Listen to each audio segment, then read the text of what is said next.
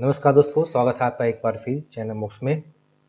Crypto currency के market में अभी काफ़ी सारा करेक्शन आया हुआ है और ऐसे में कई लोग नए मार्केट के अंदर आए हुए हैं और जो पहले से ही मार्केट के अंदर मौजूद है, जो ट्रेडिंग कर रहे हैं, के लिए ये बेस्ट टाइम है कि ऐसे में हम अपना निर्णय ले सकें कि हमें कौन से कॉइन में इन्वेस्ट करना है और कौन सा कॉइन जो है वो आगे जाके आपको प्रॉफिट दे सकता है। तो इसीलिए अभी हम कुछ कॉइन्स की एनालिसिस करेंगे, जिसके अंदर आज की वीडियो के अंदर हम देखेंगे फाइल कॉइन के बारे में। फाइल कॉइन मार्केट कैप के अंदर 34 नंबर की रैंक पे है। ये coin decentralize computing, file sharing और वेब 3 के ऊपर काम करता है।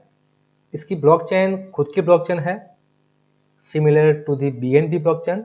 ये कॉइन बनाने का पर्पज़ है वो बेसिकली डाटा स्टोरेज का है, स्टोरेज स्पेस प्रोवाइडर, या आप इसे डिसेंट्रलाइज स्टोरेज नेटवर्क भी बोल सकते हैं। अलग अलग वॉलेट्स को ये स्टोरेज प्रोवाइड करता है, जैसे कि ब्रेव वॉलेट। इसके 56 million plus users world wide में है और ये open source cloud storage market place है। ये कॉइन 2017 में इसका ICO आया था और 2019 में इसकी लॉन्चिंग हुई थी। लॉन्चिंग के बाद अब इसका अगर हाई देखें तो $430 का हुआ था। उसके बाद अगर आप पास्ट ईयर की बात करें तो यहाँ पर ये $119 का इसने हाई बनाया था और ऑल टाइम लो हम देखें तो $4.80 का था। तो अभी ये फ़िलहाल काफ़ी सस्ता है, यहाँ से प्राइस ऊपर जाने के चांसेस ज़्यादा है। अभी हम इसकी कुछ स्टेटिस्टिक देख लेते हैं, कुछ फैक्ट्स देख लेते हैं। Here you can see circulating and total supply is 266 million, maximum supply is not given by the company. So अचानक अगर मार्केट में नए कॉइन आ जाते हैं, नए फाइल कॉइन अगर मार्केट में आते हैं, तो ऐसे में थोड़ा यहाँ पर प्राइस के ऊपर इम्पैक्ट आ सकता है और ये नए कॉइन आने की संभावना ज़्यादा है, क्योंकि यहाँ पर maximum supply is not declare by the company की अगर हम बात करें तो it is US based company, उसका नाम है प्रोटोकॉल लैब्स। और रिसेंटली ये कंपनी ब्रेव ब्राउज़र या ब्रेव वॉलेट को अपनी सर्विस प्रोवाइड करती है, अपना स्टोरेज प्रोवाइड कर रही है। फाइल कॉइन काफ़ी सारे एक्सचेंज के ऊपर लिस्टेड है, जैसे कि Binance, Gate.io, Coinbase, Kraken, Huobi, Coinone, HitBTC। Total ऐसे 64 एक्सचेंजेस है और मोर देन 100 पेयर्स के अंदर इसकी ट्रेडिंग हो रही है। आप देख सकते हैं काफ़ी सारे जो एक्सचेंज है उसके अंदर प्राइस है ऑलमोस्ट सेम नज़र आ रही है। इसका मतलब ये काफ़ी एक्टिव टोकन है। यहाँ पर कुछ लोगों का ये मानना है कि इसकी 2 बिलियंस की मैक्सिमम सप्लाई है, जिसमें से अभी 266 मिलियन फाइल कॉइन ही अभी जनरेट हुए हैं। तो मे बी पॉसिबल के सप्लाई ज़्यादा है और अभी फाइल कॉइन इतने ज़्यादा जनरेट हुए नहीं हैं। अभी सिर्फ और सिर्फ 266 मिलियन ही कॉइन्स मार्केट में सर्कुलेट हुए हैं। तो यहाँ पर थोड़ी बहुत संभावना ये है कि मार्केट में नए कॉइन आ सकते हैं। लेकिन जहाँ तक रैंकिंग का सवाल है, कॉइन मार्केट कैप के अंदर ये अच्छा परफॉर्मेंस कर रहा है। 34 नंबर की इसकी रैंक है। लेकिन थोड़ा पास्ट में जाते हैं तो मैं आपको बता दूं कि मैं इसको काफ़ी दिनों से, काफ़ी साल से मैं इसको ट्रैक कर रहा हूं, क्योंकि जब 28 जुलाई 2021 में बाइनेंस के ऊपर ये कॉइन स्टेकिंग के लिए सबसे पहला खुला, तब इसकी स्टेकिंग जो रिवॉर्ड था वो 38.25% था। जब ये कॉइन $100 से $150 के बीच में था, तब इसका रिवॉर्ड ज़्यादा मिल रहा था, स्टेकिंग रिवॉर्ड। और जैसे जैसे कॉइन मार्केट के अंदर सर्कुलेट होते गए, ज़्यादा नए कॉइन बन के आते गए और कुछ ग्लोबल क्रिप्टो न्यूज़ और यूक्रेन वॉर से मार्केट में काफ़ी करेक्शन आया और वैसे वैसे इसका जो प्राइस है वो धीरे धीरे डिक्रीज़ होता गया। लेकिन साथ साथ में इसका स्टेकिंग रिवॉर्ड भी डिक्रीज़ हुआ। जो पहले 38.25% रिवॉर्ड मिल रहा था, वो फिर 30%, फिर 35%, फिर 20%, फिर 70%, उसके बाद में 11%, उसके बाद 9, फिर 5, फिर 3, फिर 1 और अभी करंट स्टेकिंग रिवॉर्ड है वो है 0.4% ओनली। ये एक तरीके से अच्छा भी है, जो कॉइन को और स्ट्रॉन्ग बनाता है। अगर इस कॉइन का स्टेकिंग रिवॉर्ड बढ़ता है तो ये कॉइन से दूर रहना अच्छा होगा, मगर स्टेकिंग रिवॉर्ड अगर डिक्रीज़ होता है या अभी जो है वही रहता है, तो फिर इसकी प्राइस इंक्रीज़ हो सकती है। यानी इसके पीछे जो टीम काम कर रही है वो कॉइन के प्रति सीरियस है।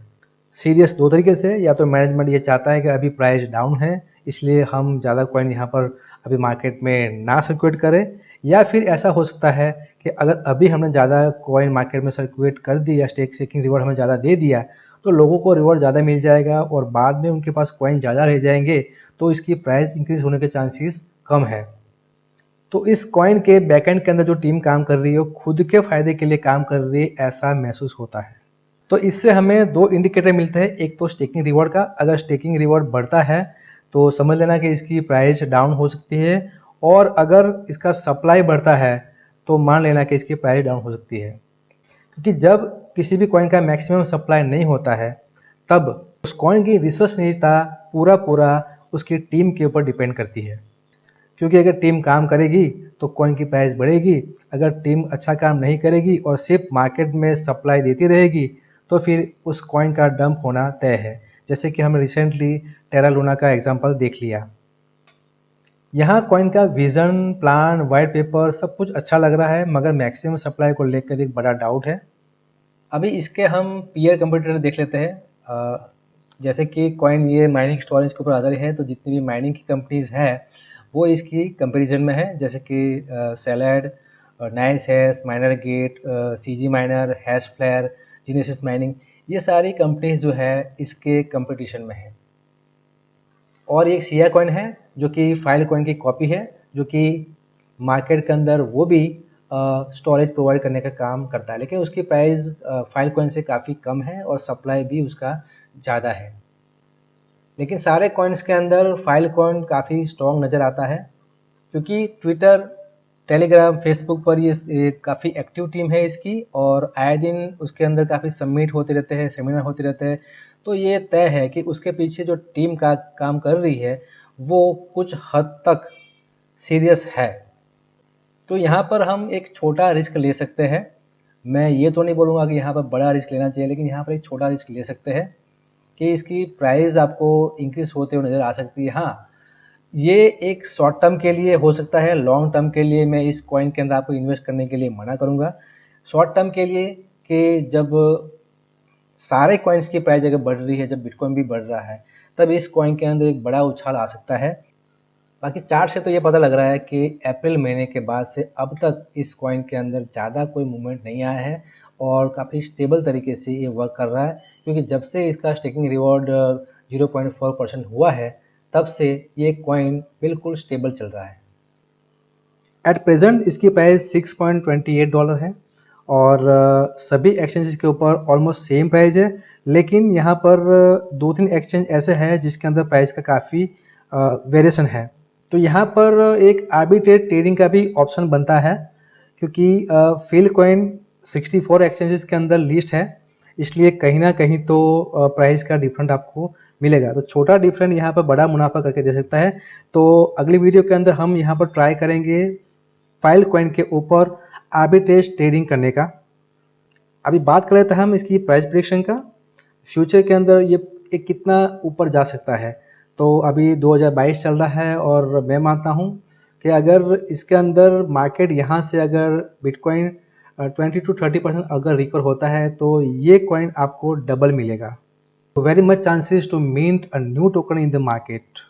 तो इसके लिए मैंने आपको बताया था कि इंडिकेटर का ध्यान रखना है, स्टेकिंग रिवॉर्ड बढ़ता है कि घटता है, या फिर इसकी मैक्सिमम सप्लाई से कितने कॉइन्स सर्कुलेट होते हैं। इसके लिए आपको इसको डेली एनालिसिस करनी पड़ेगी, कल कितने कॉइन थे और आज कितने कॉइन नए जनरेट होकर आए हैं। तो ये डाटा आपको मिलेगा कॉइन मार्केट कैप या किसी भी एक्सचेंज के आपके इन्फो सेक्शन के अंदर। तो यहाँ पर आप देख सकते हैं कल यहाँ पर जो सर्कुलेटिंग सप्लाई था, ये टोटल सप्लाई था, वो था 266, 176, 664, लेकिन आज ये सप्लाई 266, 972, 195, यानी कि सप्लाई बढ़ रही है थ्रू स्टेकिंग। और डेली के यहाँ पर 5 लाख टोकन मार्केट में एंटर हो रहे हैं, लेकिन प्राइस यहाँ पर ज़्यादा इम्पैक्ट नहीं हो रही है। तो इसका मतलब कि प्राइस में अगर स्टेबिलिटी है, मगर सर्कुलेटिंग सप्लाई भी धीरे धीरे बढ़ रहा है। अभी स्टेकिंग रिवॉर्ड सिर्फ 0.4% है, तो 0.4% के अंदर इतने टोकन्स कभी भी मार्केट में एंटर नहीं होते। हालांकि काफ़ी दिनों से जो स्टेकिंग रिवॉर्ड है वो 0.4% हुआ है, लेकिन उससे पहले के जो जिन लोगों ने स्टेकिंग करके रखी थी उनका जो पुराना रिवॉर्ड मिल रहा होगा, इसलिए यहाँ पर टोकन बढ़ रहे हैं, या तो फिर जो डेवलपर है वही इसके अंदर टोकन ज़्यादा बना के इसमें सर्कुलेट कर रहा है, वो अभी तक समझ में नहीं आ रहा है। तो इस कॉइन में छोटा रिस्क बनता है, बड़ा रिस्क नहीं बनता है। तो अगर जो भी मेरे व्यूअर्स हैं वो इस कॉइन के अंदर इन्वेस्ट करना चाहते हैं तो सबसे पहले इस वीडियो का थोड़ा मंथन करें और उसके सिक्योरिटी सप्लाई के ऊपर 2-4 दिन वॉच करें, उसको कैलकुलेट करें और फिर आप डिसीजन लें। बहुत सारी वीडियोस यूट्यूब के ऊपर थी कि जिसके अंदर ये बताया हुआ है कि फाइल कॉइन को आप खरीदो खरीदो खरीदो, इसकी प्राइस बहुत जाएगी ऊपर। लेकिन जहाँ तक हम इसका एनालिसिस कर रहे हैं और यहाँ पर ये बहुत बड़ी चीज़ सामने आ रही है कि अगर इसका मैक्सिमम सप्लाई डिक्लेयर नहीं किया गया है और डेली के यहाँ पर अगर 5 से 6 लाख टोकन्स मार्केट में सर्कुलेट डेली बेसिस के ऊपर ज़्यादा हो रहे हैं, बढ़ रहे हैं, तो इसकी प्राइस में इम्पैक्ट आ सकता है। और इस कॉइन के अंदर इन्वेस्ट करना है तो बहुत ही सोच समझ के करना होगा। हालांकि ये कॉइन मार्केट के ऊपर 34 नंबर की रैंक है, लेकिन फिर भी मेरा मानना है कि इस कॉइन के अंदर रिसर्च बहुत ज़रूरी है। तो यहाँ पर एक छोटा सा रिस्क, बड़ा रिस्क नहीं लेना है। I am not giving any financial advice, this is my own research, it may be different from others. That's all in the video, see you in the next video, take care, bye bye, जय हिंद।